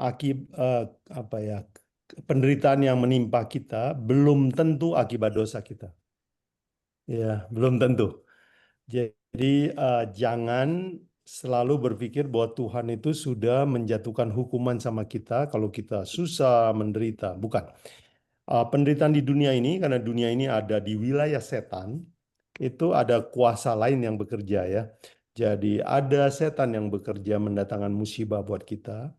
Kadang juga kita menderita karena kesalahan orang lain. Ya, supir yang ceroboh, penumpangnya cilaka semua kan. Ayah yang ceroboh masuk penjara, anaknya nggak bisa sekolah. Jadi anak keluar dari keluarga susah, mungkin juga orang tuanya bikin salah hidupnya. Jadi di dunia ini nggak semua penderitaan itu akibat dari perbuatan kita. Belum tentu, jadi itu kita mesti pahami. Nah, di dunia ini penghakiman, penghukuman itu belum adil, belum. Yang adil adalah setelah penghakiman, di mana kitab itu semua dibuka, baru Tuhan menentukan hukuman yang seadil-adilnya, dan setelah dihukum, Tuhan itu bukan orang bengis ya, bengis gitu kan, pukul, terus bakar, terus. Nah, konsep umum neraka adalah Tuhan itu hukum terus-terusan. Bukan begitu. Tuhan itu adil, dia menentukan hukuman. Kalau orang itu tidak mau masuk surga, dibakar, habis, selesai. Ya. Jadi penghakiman, kenapa ada hukuman neraka yang nanti? Karena itulah penghukuman yang paling adil. Kalau di dunia ini nggak adil, ya Ibu ya. Ya, jadi di dunia ini sering aneh. Orang yang turut hukum Tuhan justru lebih menderita. Ada kalanya begitu. Ya, tapi ada juga yang turut hukum jadi berbahagia ya, keluarganya berbahagia, dijauhkan kejahatan. Bisa. Jadi dunia ini nggak sempurna. Makasih ya Bu Jais, pertanyaan bagus. Amin. Ya Bu Elis. Silakan Ibu Walean. Ibu Sudah Eli, angkat silakan. tangan. Mikrofonnya sebentar Ibu, mohon maaf, tolong dinyalakan mikrofonnya. Oke. Ya. Pertanyaan saya, Pak Guan tadi bilang bahwa semua yang kita buat di dalam dunia ini tertulis. Karena kita di dalam 10 hukum itu yang paling kita langgar tiap hari adalah hukum ke-9. Berbohong dan berbohong. Berbohong hari Sabat aja masih bisa berbohong. Nggak mau ikut bilang sakit, karena nggak sakit umpama. Jadi saya punya pertanyaan sama Pak Buguan. Kalau kita sudah dihapus nama kita, katanya orang yang benar itu, yang saleh, yang menurut Tuhan akan diangkat duluan ya toh, bersama-sama orang yang masih hidup, yaitu 144 itu akan masuk ke dalam kerajaan surga. Pertanyaan saya, apakah yang kalau kita sudah betul-betul minta ampun sama Tuhan dan kita nggak buat lagi, pergi Tuhan bilang dan jangan buat lagi, kita sudah nggak buat lagi, apakah dosa saya itu nanti mau dikasih lihat di depan umum semua itu? Karena itu tertulis, dan apakah untuk supaya manusia itu lihat, apa untuk dia sendiri atau banyak orang dikasih lihat semua nih loh. Bayangkan sekarang saya bulan depan 78 banyak sekali, tetapi ke sini-sini sudah berkurang Pak. Ke 70 itu sudah mulai, sudah 60 lah, 60. Jadi apakah itu dipajang lagi dosa-dosa kita depan orang? Terima kasih. Ya, ketahuan ya, kalau dibuka malu kita ya. Masuk surga jadi nggak enak. Termasuk perkataan kita yang bohong. Ya. Aduh, kalau masuk surga, saya pernah misalnya membenci Ibu Like, saya bertobat, tapi di sana dibuka nanti Ibu Like tahu, oh dulu pernah benci sama saya. Kan nggak enak tuh masuk surga. Bagus itu pertanyaan, bagus. Saya suka. Jadi begini Ibu, penghakiman di Alkitab itu ada 2 macam. Yang satu disebut penghakiman pemeriksaan, itu dilakukan oleh Tuhan dan malaikat. Oke. Dan itu pemeriksaan itu kita kalau belajar di kitab Daniel itu ada namanya penghakiman pemeriksaan. Itu adalah persiapan Yesus datang mau jemput siapa. Jadi itu penghakiman terhadap orang yang calon selamat. Dan puji Tuhan, orang yang calon masuk surga itu yang periksa adalah Yesus dan malaikat, bukan manusia. Kita didapati boleh masuk surga karena kita bertobat. Itu, nah, setelah pemeriksaan itu, lalu nama kita misalnya didapati boleh diselamatkan, diambil, dan dosanya dihapus. Itulah yang disebut upacara penghapusan dosa. Di bait suci kan begitu kan? Setahun sekali dosa itu diputihkan. Jadi sebelum kita masuk surga, puji Tuhan, Yesus hapus catatan dosa kita. Waktu kita masuk surga, kita terhormat. Bukan main waktu saya mengerti ya konsep penghakiman ini. Nah itu penghakiman pertama. Jadi hanya Yesus yang tahu dan dia hapus. Setelah Yesus melihat pertobatan kita, dia tebus. Ya, dia hapus semua. Nah, yang tadi kita pelajari itu adalah namanya penghakiman kedua, yaitu masa 1000 tahun. Waktu Yesus datang, dijemput. Yang nggak dijemput kan mati toh. Nah, Tuhan juga harus adil, harus kasih lihat ini orang-orang yang mati. Kenapa nggak masuk surga? Nah, disitulah penghakiman tahap 2. Yang dihakimi adalah orang yang nggak masuk surga. Jadi toh dia juga nggak masuk surga, nggak akan malu juga. Cuman mungkin ya orang-orang yang tanya-tanya itu ya, yo, kok si Anu nggak masuk, si Anu nggak masuk. Ya, jadi Tuhan adil kasih buka. Nah, itu penghakiman tahap 2. Jadi Bu Eli, puji Tuhan, Tuhan kita itu baik. Sebelum kita masuk surga, dosa kita akan dihapus catatannya. Kalau kita terima darah Yesus Kristus sebagai pengampunan kita. Ya, jadi jangan khawatir, di surga catatan dosa kita itu akan clear, dianggap seperti orang tidak pernah berbuat dosa. Luar biasa. Bukan main Tuhan. Apakah Puji Tuhan. Terima kasih ya. Pak Buat, apakah itu yang Yesus lagi buat sekarang di di bilik Masuci sekarang untuk melihat catatan kita, dan dia bilang sama Bapak, ini dia sudah minta ampun, dia nggak buat. Apa termasuk Iya, itu sekarang? iya.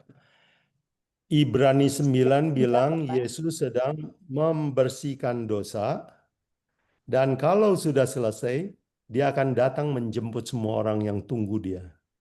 Oke. Ya, betul. Dia sedang menghapus dosa. Semua orang yang layak dihapus. Amin. Terima kasih, Bu Eli. Terima Pak. kasih Ibu Balean atas Ya, pertanyaannya, dan saya sudah menjanjikan kepada Yohanes Effendi ini. Waktu Pak berikutnya Chandra saya juga Oh, mau bertanya itu, Pak Chandra Peter ya. Ya, tapi sebelum Pak Chandra, Yohanes Effendi sudah dari tadi sebenarnya ya. Silakan Pak Effendi kalau ingin bertanya langsung kepada Pak Yobuan. Setelah ini Pak Chandra nanti ya. oke. Ya, terima kasih Pak Yohanes untuk pertanyaan ini. Bagus nih pertanyaan, saya suka. Ini pertanyaan doktrinal, pertanyaan doktrin Alkitab. Dan saya akan coba jawab dari Alkitab juga ya. Pertanyaan Pak Yohanes adalah, kalau upah dosa itu maut atau mati, yang mati itu badannya atau rohnya? Kalau dan rohnya kemana akhirnya? Ya, pertanyaan bagus, dan ini adalah contoh pemahaman umumnya orang Kristen mengatakan bahwa kalau orang mati, yang mati badan, roh nggak pernah mati. Nah, Pak Yohanes, saya perlu ingatkan bahwa kita tadi sudah belajar bahwa tidak ada yang kekal di dunia ini kecuali Allah. Roh manusia tidak kekal, badan manusia tidak kekal. Jadi kalau begitu, waktu Tuhan bilang upah dosa adalah mati, yang mati apanya? Dua-duanya. Badannya mati, rohnya mati. Nah, kepercayaan yang mempercayai bahwa roh manusia itu kekal, ini adalah ajaran dari Yunani. Dan doktrinnya dalam bahasa Inggris disebut kekekalan jiwa atau kebakaan jiwa. Nah, doktrin bahwa jiwa atau roh manusia baka itu nggak ada di Alkitab. ya. Yang benar adalah setan mengajarkan kepada Hawa di Kejadian 3 ya. Kata Hawa, jangan, kata Tuhan kami, nggak boleh makan, nanti mati. Iblis bilang apa sama Hawa? Kamu sekali jiwa itu akan baka, iblis. Dia guru tentang kebakaan jiwa. Jadi tidak, ya di Alkitab katakan hanya Allah yang baka, hanya Allah yang kekal. Manusia itu apanya yang hebat? Kok rohnya bisa selama-lamanya? Jadi Pak Yohanes, jawaban singkat saya adalah yang mati adalah badannya dan rohnya. Jadi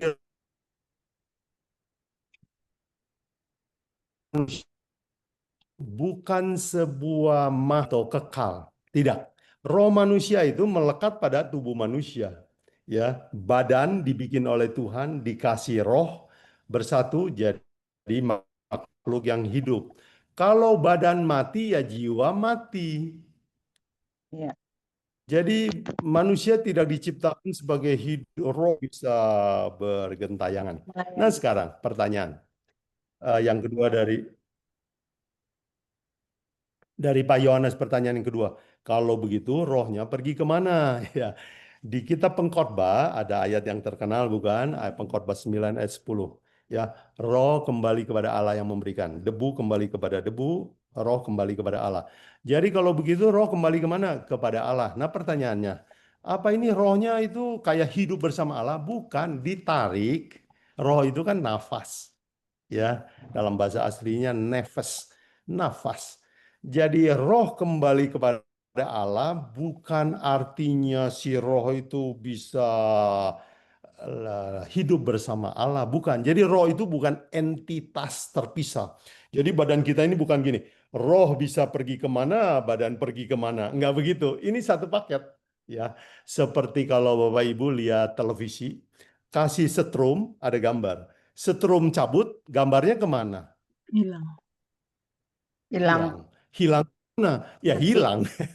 Kita nggak bilang hilang kemana. Kalau kita bilang hilang ke PLN, boleh nggak? Boleh juga. Tapi bukan gambar itu pulang ke PLN, bukan begitu. Jadi memang gambar itu adalah hidup karena diberi strum. Strumnya cabut, ya TV-nya Selesai. mati, gambarnya. Jadi pemahaman tentang kebakaan jiwa ini adalah doktrin luar Alkitab. Doktrin Yunani, ya, kebakaan jiwa namanya. Alkitab mengatakan manusia fana, mortal, titik. Rohnya mortal, badannya mortal. Rohnya fana, tubuhnya fana, dua-duanya mati. Nah, kalau Alkitab bilang rohnya kembali kepada Allah, artinya nafasnya kembali kepada Allah. Ya, jadi terima kasih Pak Yohanes untuk pertanyaan yang bagus, tapi kalau kurang jelas boleh didiskusikan ya. Baik, bagus itu. Ya, dan itu pertanyaan yang sering ditanyakan orang karena konsep kebakaan jiwa inilah yang menyusup ke dalam dunia Kristen. Ya. Thank you, Pak Yohanes. Terima kasih, Yohanes, dan juga atas jawaban tersebut. Silakan Pak Chandra, atas ada Oke, pertanyaan. terima kasih. Selamat berjumpa lagi Pak Yo. Udah lama nggak ketemu. Halo, Pak Chandra. Kemarin malam saya kebetulan sehabis pelatihan itu ada orang yang bertanya, kita di surga itu makan nggak? Nah, ini kan ada perbedaan surga dengan bumi baru. Apakah salah saya mengatakan bahwa di surga kita tidak ada makan? Karena yang ada pohon yang 12 itu di bumi baru, bukan di surga. Apa benar begitu, Pak? Takut salah saya menjawab. Apa di surga udah ada pohon yang 12 macam itu? Tidak disebutkan di Alkitab. Nah, itu Jadi kita tidak dapat penjelasan di surga itu makan atau tidak selama 1000 tahun. Kita tidak tahu dah. Tetapi Pak Chandra, ya Alkitab nggak kasih tahu semua hal, ya. Jadi yang kita nggak tahu yang berarti Tuhan pikir nggak terlalu penting lah, nggak terlalu penting ya. Jadi begini. Tetapi kita bisa pakai logika kita sedikit. Waktu kita dibangkitkan itu dengan tubuh yang utuh atau hanya dalam bentuk roh atau asap. Menurut Alkitab, dibangkitkan dengan tubuh yang utuh. Diberikan tubuh yang baru. Nah, tubuh ini yang seperti dibuat Taman Eden itu perlu makanan. Jadi, ya secara kita bisa tarik kesimpulan bahwa kemungkinan kita akan dapat asupan. Nggak tahu asupannya bagaimana caranya. Ya, kayak dikasih di charger lah kalau HP. Kalau nggak mati. Karena kalau kita nggak di charge, berarti kita maha kuasa dong. Berarti kita kekal. Jadi manusia itu hanya bisa dapat kekekalan kalau dikasih strum. Ya, seperti HP saya ini. Begitu saya nggak kasih strum, mati kan? Tapi kalau saya kasih baterai itu, dia akan hidup selamanya. Begitulah hidup kita ini makhluk fana, jadi harus di charge. Jadi ya tapi pertanyaan rasa ingin tahu orang mungkin bisa dengan harga kita spekulasi nanti berdebat ya. Oh ya Pak Chandra, kenapa Adam dan Hawa mati? Sebenarnya Adam dan mati bukan karena keracunan buah, bukan. Lalu habis makan masih sehat kok. Bukan. Kenapa mereka mati? Putus hubungan sama Allah. Iya. Itu loh, kalau pakai ilustrasi ini. Kabelnya dicabut, Tuhan bilang kamu ya harus ikut perintah saya. Kalau kamu nggak ikut perintah saya, kamu mati. Lalu manusia pikir, nggak usah lah, nggak usah kita ikut. Jadi kira-kira gini, tak cabut ya. Ya mati. Jadi lepas dari Tuhan, mati. Itu dia kuncinya. Ya, tapi terima Jadi kasih Pak Chandra pertanyaannya. ya, Tapi bumi baru makan ya, di bumi baru ya. nah Ada itu indikasi. ya persoalannya itu. Jadi kalau di bumi baru ya otomatis kita pasti makan. Ya, jadi saya bilang, aduh, ada nanti, pusing kalau gitu. iya, ada yang nanya pertanyaan yang ingin tahu juga. Kalau gitu, kalau makan terus ke kamar mandi nggak Buang atau airnya buang air besar nggak? kan di surga Wah, itu kan suci semua ya. aha. Ya itu pertanyaan curiosity, rasa ingin tahu ya, nggak usah terlalu. Jadi Alkitab prinsipnya gini, apa yang Tuhan nggak sebutkan, udah jangan terlalu diulak-alik lah. Iya, jadi bingung sendiri. Yang Tuhan nyatakan adalah buat kita, yang Tuhan rahasiakan ya buat Tuhan lah. Iya, Ya kadang manusia oke, itu makasih. pengen buka semua rahasia Tuhan ya. Ya betul, tentang Trinitas dipertanyakan, Makanya, kok Allah bisa jadi manusia? Ya, iya, makanya begitu. saya tutup aja. Kalau pengen tahu nanti kita masuk surga dulu. Bagus. Udah yang penting masuk dulu dah. Good. Terima Oke, kasih. makasih. Terima kasih Pak Chandra atas pertanyaannya ya. Tapi ini Pak Yobuguan, berarti sebenarnya saya juga ada pertanyaan ini. Kalau tadi Pak Buguan menjelaskan di surga itu di tingkat keberapa? Tingkat pertama itu bumi, dan juga kedua universum kalau kita bilang, dan ketiga, yang tingkat ketiga di surga. Nah ini pertanyaannya jadi agak membesar ini, karena saya dengar sendiri dari anak Tuhan sendiri yang menyatakan bahwa di surga itu sebenarnya ada 7 tingkat, Pak. Apakah ada ayat yang menyatakan bahwa surga itu hanya terdiri dari satu lantai besar lah, ini pemikiran manusia ya Pak ya, lantai besar sekali, atau memang seperti yang mereka sebutkan 7 tingkat tersebut? Karena mungkin dari beberapa dari kita sudah pernah melihat gambaran bahwa kalau mau masuk surga itu nanti ada pintu gerbang yang terbuka, nanti ada malaikat yang berdiri, masuk ke halaman surga tersebut. Nah, lalu mereka mengembangkan pemikiran tersebut adalah nanti masuk ada tingkat 1, tingkat 2, tingkat sampai 7 tingkat. Jadi, mereka menyarankan kalau bisa masuk tingkat pertama saja itu sudah, katanya, udah kamu sudah selamat. Apakah ada ayat yang mendukung itu atau bagaimana menurut Pak Yobuguan?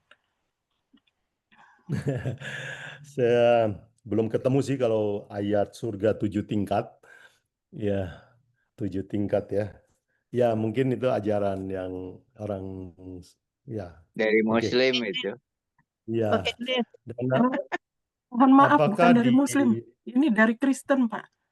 Saya dengar Kristen sendiri ya? langsung anak Tuhan Kristen Ya. yang menyatakan kalau kamu masuk tataran pertama saja, tingkat pertama itu sudah selamat katanya, gitu. Nah, ada juga yang menafsirkan pintu gerbang itu seperti pintu gerbang yang kita di sini. Ya, memang ini ya. Dari mutiara. Dari mutiara ya, jalannya dari kaca ya Bu ya. Kalau jalan Mutiara. dari kaca nanti kepleset ya. Ya, betul. Ya, jadi Kaca begini, surga kita lain lain dong tetap sama kaca biasa. sini. Kaca surga lain. Kaca Ya, surga terima kasih lain. tadi. Ya, bagus. Begini, kita jangan menafsirkan segala sesuatu yang kita baca menurut kondisi kita sekarang. Ya. Jadi terima dengan iman aja. Kalau Alkitab bilang Yerusalem itu bentuknya 4 kiasan, bahwa dia itu sempurna. Ya, bujur sangkar, dia sempurna sekali. Kalau dibilang pintunya dari mutiara, itu juga kiasan.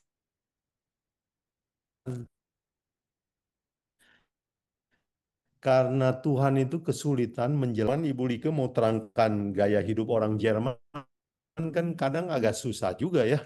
Mungkin ada barang yang di Indonesia nggak ada musim yang di Indonesia nggak ada. Terpaksa Ibu Like kan pakai ilustrasi toh. Dulu waktu kecil saya ingat, saya belum pernah naik, Orang di sekampung saya ada yang pernah naik kapal terbang, cuman lihat besi bisa terbang di hari, bang pertama kali.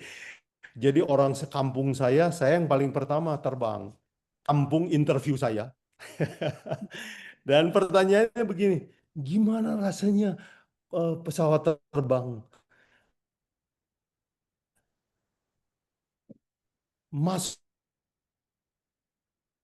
mana itu kok tutupnya rapat semua itu?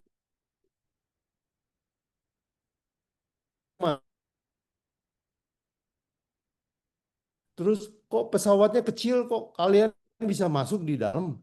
Jadi pertanyaan lubu begitu kan jawabnya. Saya bilang gimana ya naik pesawatnya kayak "Oh, nggak goyang kok terbang nggak goyang." Jadi muat ratusan orang.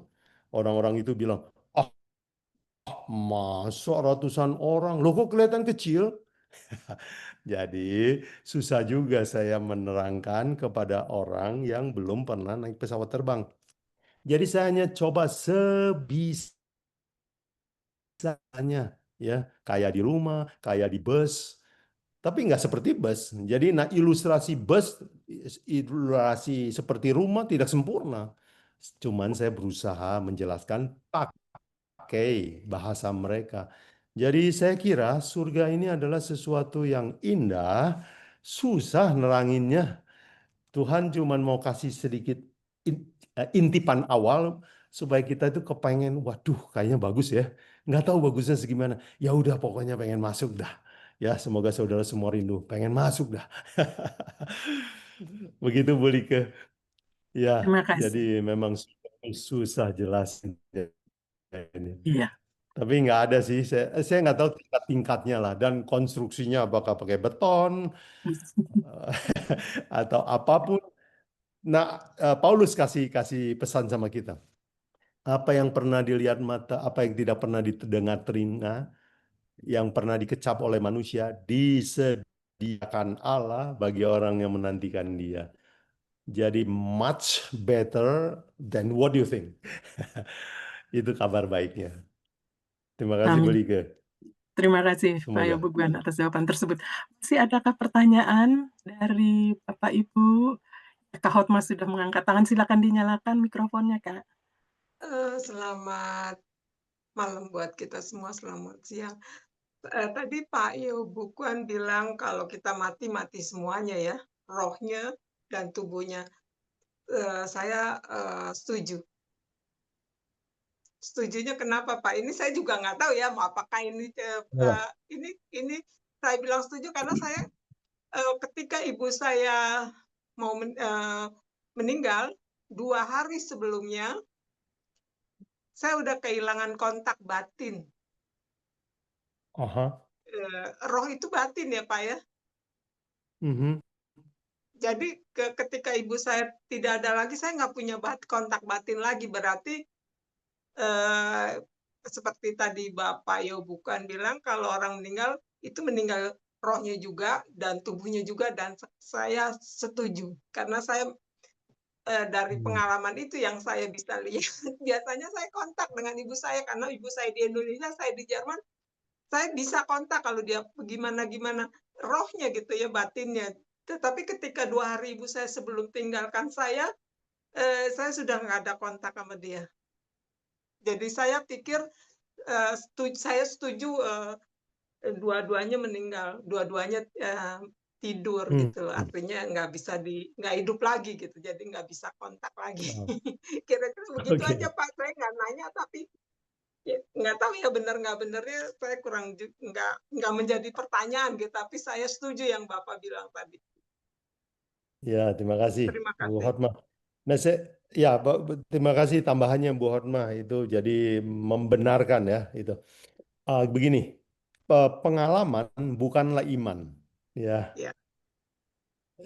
Tetapi pengalaman bisa menguatkan iman.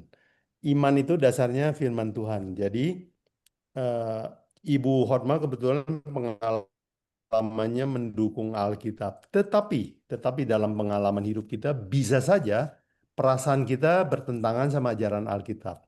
Ya, ada orang menggunakan perasaan begini, misalnya, saya rasa nggak ada roh Tuhan loh di tempat ini. Itu rasa. Nah, rasa bukan iman. Ya, perasaan nggak bisa diandalkan.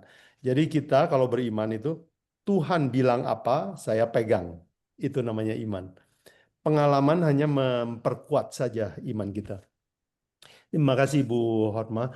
Nah ini, orang Kristen seringkali menggeser firman Tuhan kepada perasaan. Jadi kalau dia rasa damai sejahtera, dia rasa Tuhan hadir. Jadi Tuhan hadir tidak hadir, jangan pakai perasaan. Pakai apa? Iya ada. Pakai jaminan firmannya, ya. Misalnya 2-3 orang berkumpul, aku akan hadir, ya. Orang percaya kumpul. Oh udah, mau kita rasa kok seperti sepi-sepi ya, seperti nggak bersemangat, tapi Tuhan janji, pegang saja janji itu. Ya, jadi bukan perasaan yang jadi dasar, tapi kebetulan pengalaman itu menambahkan. Ya, nah banyak orang juga ya percaya bahwa roh itu hidup. Itu sebabnya mereka melakukan namanya doa untuk orang mati ya. Bu Harma pernah dengar itu? Doa untuk arwah, doa untuk orang mati, ada doa untuk lewat api penyucian, ada kebaktian 7 hari, berapa hari, 100 hari, 1000 hari. Itu semua ritual itu datang dari doktrin Yunani itu yang percaya bahwa jiwa baka. Ya, itu sebabnya kita orang Kristen nggak perlu atau tidak ada konsep perayaan 7 hari, 30 sebulan, ya, 100 hari dan sekian hari nggak ada, karena kita nggak percaya bahwa roh itu punya kehidupan sendiri di sana. Ya, manusia itu fana. Terima kasih ya Bu Hotma, bagus tambahannya. Saya ada mungkin karena Bapak tadi bicara gitu, jadi saya ada pengen tanya jadinya ya. Ya. Kita berdoa buat orang yang sudah tidak ada lagi. Apakah Nggak perlu. kemungkinan bisa Tuhan tolong dong ampunin ibu saya, kesalahan ibu saya gitu, walaupun ibu saya sudah tidak ada lagi. Apakah melalui doa saya minta Tuhan tolong membersihkan dosa-dosa ibu saya, bapak saya, adik saya yang sudah tiada itu, apakah itu Bisa. benar? Ya, oke. Ya, makasih Bu Hotma, bagus ditanyakan ini ya. Jadi saya ingat cerita Alkitab ini. Jadi jawaban singkatnya adalah tidak. Tidak perlu mendoakan orang mati, dan mendoakan orang mati berarti mempercayai kebakaan jiwa. Dan itu Enggak. tidak ajaran Alkitab. Jadi saya teringat ada sebuah cerita, saya lupa di mana itu, tapi cerita Daud waktu dia berselingkuh atau berzina dengan Bathsheba, ya. Mungkin kita semua ingat cerita itu. Kan lahir seorang bayi itu, tapi bayinya Iya. mati kan. Iya. Mm-mm. Nah, selama bayinya belum mati, dia berdoa, berpuasa. Begitu bayinya mati, berhenti dia berdoa. Jadi, jangan berdoa untuk orang mati, karena itu bukan doktrin Alkitab. Nah, orang perlu didoakan itu waktu dia hidup. Tuhan ampuni ibu saya, ampuni saya, bapak saya. Selama dia hidup, kesempatan masih terbuka. Begitu mati, itu rekamannya Oh, udah langsung dikirim ke surga. Udah, iya, Kak. ya, tutup buku lah, Ya, udah tutup buku. Ya, habis. jadi kita boleh berdoa misalnya, Tuhan, kuserahkan ibuku kepadamu. Allah yang maha adil akan menghakimi setiap manusia dengan adil. Saya titip ibu saya, boleh. Tetapi kalau setiap hari kita doakan orang yang meninggal, itu kita artinya kena inspirasi tentang orang mati, bahwa roh itu baka, Sama, ya. dan itu bukan. Ya, contohnya adalah Daud, ya. Daud memahami betul bayinya sudah mati, udah saya selesai berdoa buat dia. Terima kasih Bu Hotmah, bagus diingatkan. Saya terima kasih Pak untuk jawabannya. Iya, ya, terima kasih sama-sama. Baik. Ya, nanti Bu Hotmah bisa cari ya ceritanya itu ya. Saya lupa di mana itu ya. Ya, ya. Daud Bathsheba itu saya kira 1 Samuel. Sorry ya. Ya. Raja mungkin. Apa? Di raja-raja kali Pak. Ya, mungkin ya. 2 Samuel kalau tidak salah, kalau saya lihat ini ya, 2 Oh Samuel. iya, betul. 2 Samuel Ya, 11. 2 Samuel 11. Ya, sekitar itu boleh dibaca. Memang itu bayinya mati kan akhirnya? Iya, Ya, makasih. terus dia Terima nggak kasih. lagi. Puji Tuhan. Apakah masih ada pertanyaan? Ada. Silakan Tante Femi. Kita kan suka bikin malam penghiburan kalau ada yang meninggal. Itu bagaimana? Itu untuk orang yang hidup ya, bukan untuk orang yang mati. Iya, Kalau nggak mati liburin. betul. Jadi penghiburan itu menghibur orang yang masih hidup. Oke, Ya. supaya jangan. Lalu kita juga mesti biasakan ini ya, jangan suka bercakap-cakap sama mayat gitu ya, sama jenazah.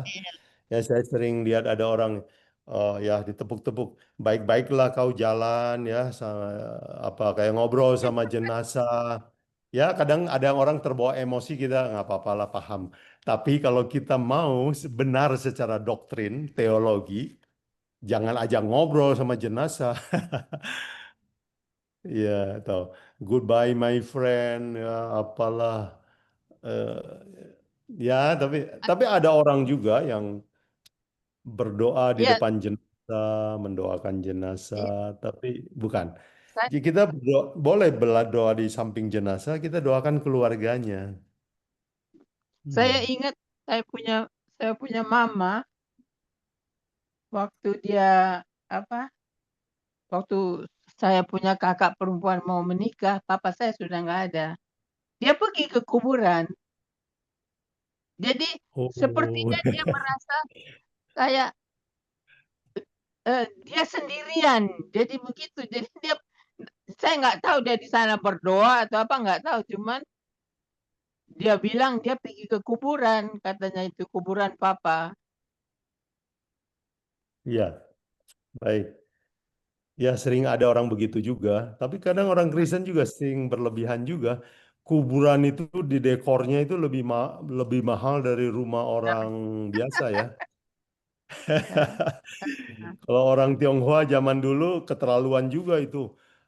Emas, batu giok, Dimasukin, dimasukin ke dalam peti. Pantesannya ya kuburan Cina itu suka dicongkel orang. dibongkar. Sekarang nggak mau lagi, udah pinter sekarang nggak mau dimasukin. Emas harganya mahal, jual aja. Karena barang-barang Jadi- kesenangan dia yang berharga ditaruh semua ke Oh dalam ya, kubur. ya, Apa yang ya. dia Jadi pakai. ada orang yang, oh dia suka katanya apa, baca buku ini, bukunya kasih di dalam gitu. Sedang hidup aja Nah itu nggak baca. semua adalah pengaruh dari doktrin kebakaan jiwa itu. Ya, doktrin itu menyusup ke dalam ajaran kekristenan. Kuburan juga, kalau orang Tionghoa ada namanya Cengbeng ya, hari raya ziarah ke makam ya, kayak tahun barunya orang mati. Kalau menurut Alkitab nggak ada itu hari ulang tahun tahun barunya orang mati, mana orang mati. Terus kirim-kirim makanan kan, Iya, kasih kirim ayam, rumah, kirim mobil. ya. Terus udah disembayangin, dimakan juga sama yang sembayang. Itu orang mati cuman kasih cium-cium baunya sedikit, terus dibawa pulang makan juga atau kasih orang makan. Jadi itu semua adalah doktrin tentang kebakaan jiwa. Dan Bapak Ibu perhatikan ya, doktrin ini itu menyebar di semua agama. Perhatikan ini. Hanya agama Yahudi yang Tuhan bilang gak boleh berurusan sama arwah. Ya, di kitab Ulangan ya, kitab Imamat juga. Siapa yang berurusan dengan arwah, berhubungan dengan arwah, haruslah dilempar batu sampai mati. Keras. Karena semua bangsa di pinggir Yahudi itu semuanya percaya kebakaan jiwa.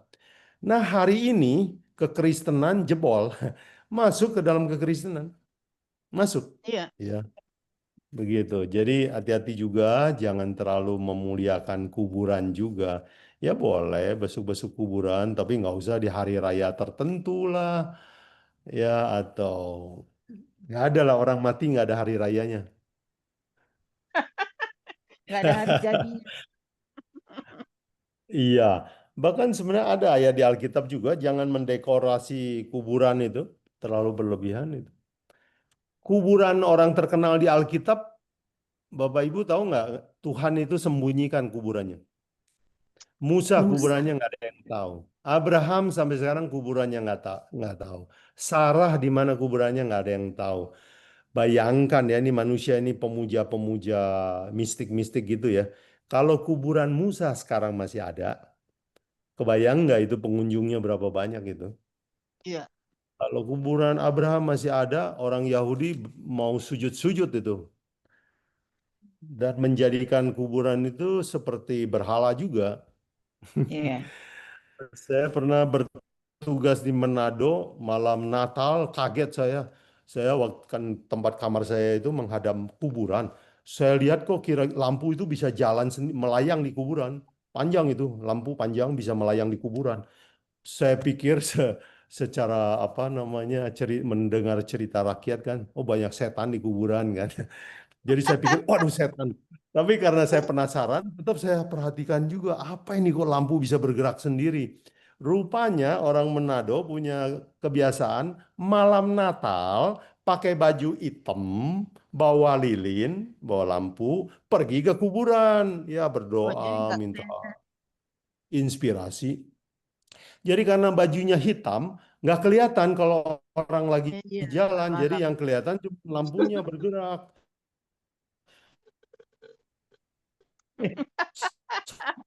Saya kira setan, padahal manusia yang lagi. Aduh ya, ini benar saya, Bu Eli benar itu orang Saya nggak lahir di Manado. malam Natal suka berdoa di kuburan. Oh, Saya nggak wah besar di ini Manado, Pak. Manado.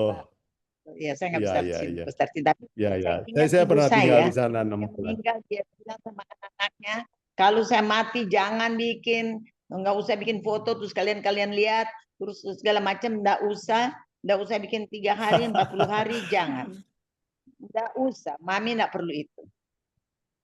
Ya Amin. maka iya yang paling utama ya kan, kalau kita lihat orang tua kita sudah ada tanda-tandanya dari dokter sudah tidak lama, kita kumpul, kita minyakin, dan itulah waktu anak-anak untuk saling minta maaf kepada orang tua, ya kan? Minta Amin. maaf. Betul. Ya. Masih hidup dibaik-baikin ya, Itu. jangan udah mati. Baru bawa babu, kuburannya waktu hidup nggak pernah bawa bunga, nggak bawa apa-apa. Iya ya, manusia ini aneh ya. Ada istri-istri yang jarang bilang I love you ke suaminya waktu di rumah duka, I love you. Oh, kamu baik sekali ya. Waktu hidup nggak pernah bilang baik, bilang dimarahin mulu. Ya kita ini manusia aneh. Mungkin bukan Ya, bunga yang hidup, tapi bunga kertas, Tante Eli ya. Bunga uang. Sebagai bercanda, sekilas intermezzo saja. Wah, ini luar biasa sekali, puji Tuhan. Pelajaran kita ini bagus sekali dan harapan kita tentunya besar. Saat Tuhan Yesus datang dan Tuhan kehendaki, kita akan bertemu dengan para kekasih-kekasih kita yang sudah mendahului kita. Bukankah itu suatu janji yang indah? Kan janji itu. Amin. Lomba tuguan dikit 1 bulan 2 kali. Saya tunggu kayaknya lama nih September mau ketemu Pak Buguan. Tadi saya baru lihat, oh iya, terus saya makan buru-buru, terus saya problem dengan Zoom, saya lari ke Ibu FT. Aduh, bikinin dulu, saya udah mau mulai, tapi saya ajak teman-teman saya, Yeni, saya ajak, terus siapa tadi, Jace, dia kesian baru pulang capek, Jace ikut, ini bagus, kalau Tante Eli udah bilang bagus, dengar mereka kesian. Jadi mereka pulang ikut. Jadi sekalian memaksa dengan hormat. Terus akhirnya saya sendiri bingung, Pak. Kok nggak masuk-masuk, saya lari ke RT, tolong sekarang, dia lagi goreng-goreng apa lagi dia jualan. Saya dulu. Ya. Puji Tuhan, terima kasih Tante Eli atas Tuhan bikin sebulan 2 kali dong, Ibu Eli. ajakannya. Ya, ini suara Tuhan, Tante Eli kami dunia dengar. udah dekat sekali, Pak Bu Guan. Ya, Kalau nggak dapat charge begini, kadang-kadang di gereja kan cuma khotbah sedikit. Kalau ini enak, Pak Bu Guan. Kita puji merasa Tuhan. banyak lebih dekat dengan Tuhan. Amin, Kalau di amin. gereja kan cuma lebih banyak formalitasnya, tetapi kalau ini enak kita sharing. Dan ini waktunya sudah sangat dekat ini, Pak Guan. Kita nggak ada lagi di dunia yang bisa jamin kita dalam segala hal. Kalau boleh sebulan 2 kali, Pak Bu Guan. Nanti kami akan diskusikan, tapi suatu masukan yang begitu indah. Iya, Ibu juga. Ya, suatu masukan yang indah sekali dan membuat kami juga untuk ini membuat kita sebenarnya untuk lebih mendalami firman Tuhan, ya. Dan sekali lagi saya atas nama Perki Düsseldorf menyampaikan terima kasih kepada Bapak Yo Buguan, dan kita sudah menyadari bahwa ini sebenarnya sudah akhir dari pelajaran kitab Wahyu. Segala pelajaran-pelajaran ini bisa dilihat kembali melalui rekaman YouTube Perki Düsseldorf Pendoa Eropa, dan juga siaran langsung dari Facebook Ebenezer Ministry Channel. Ya, sebenarnya ini sudah akhir. Ya kan, tetapi Tante, ini ada komanya ya, seperti bahasa Indonesia ada komanya, ada tetapinya. Bukan berarti pelajaran kita selesai, tidak. Seperti yang tadi sebelumnya kita sudah bicarakan, dan puji Tuhan Pak Yo Buguan menyambut ini juga ya, kerinduan hati kita semua. Pelajaran berikutnya akan ada, dan juga dari Bapak Yo Buguan. Oh ya. Apakah pelajaran berikutnya? Nanti kita akan beritahukan. Ini supaya lebih menggelitik keingintahuan kita, menggelitik rasa cinta kita, penasaran kita untuk mempelajari lebih dalam firman Tuhan. Dan sekali lagi terima kasih atas kehadiran kita semua, ya baik yang melalui Zoom, bahkan yang juga melalui Ebenezer Ministry Channel. Dan sebelum kita menutup semua ini, saya mengundang Bapak Yo Buguan untuk mungkin kita sekali lagi dalam doa untuk menutup webinar Kitab Wahyu ini. Silakan Pak Buguan. Oke. Bapa di surga, kami puji nama Tuhan memberikan kami kesempatan indah untuk menyelesaikan Kitab Wahyu. Ya Tuhan, terima kasih untuk semua hikmat yang Tuhan berikan kepada kami, kerajinan yang Tuhan berikan kepada semua pendengar dalam mempelajari Kitab Wahyu ini. Ya Tuhan, kiranya semua orang yang rindu dan rajin, Tuhan akan berkati dengan kelimpahan berkat rohani. Dan biarlah Tuhan, dengan belajar kitab Wahyu kami lebih dituntun, lebih rajin, dan lebih rindu mencari kebenaran sejati. Ya Tuhan, kami tahu bahwa di dunia ini banyak ajaran salah, setan menabur benih yang jahat di antara kami. Bantu kami ya Tuhan, tarik kami untuk menemukan kembali benih-benih kebenaran yang sejati, dan hidup kami diubahkan olehnya. Kaki kami berdiri di atas fondasi yang sejati, kuat, bisa bertahan sampai kedatangan Yesus yang tidak lama lagi. Ya Tuhan, kami rindu hari kedatangan-Mu itu. Bantu kami untuk hidup setia, jauhkan kami dari dosa, setia berjalan bersama Yesus sampai bertemu Yesus di angkasa. Terima kasih Tuhan telah menyertai kami. Berkati Perki Düsseldorf, berkati juga semua anggotanya, berkati semua peserta dari Indonesia, dari Amerika, dari berbagai tempat. Kami percaya Roh Tuhan akan bekerja di dalam hati sanubari setiap pendengar. Terima kasih Tuhan selalu mendengar doa kami. Kami serahkan hidup kami, seluruh pendengar ke dalam tangan-Mu. Di dalam nama Yesus kami minta semua. Amin. Haleluya, amin. Terima kasih atas kehadiran kita semua, dan kita jumpa kembali di bulan depan bersama narasumber kita, Bapak Yo Buguan. Silakan bagi yang ingin bertegur sapa.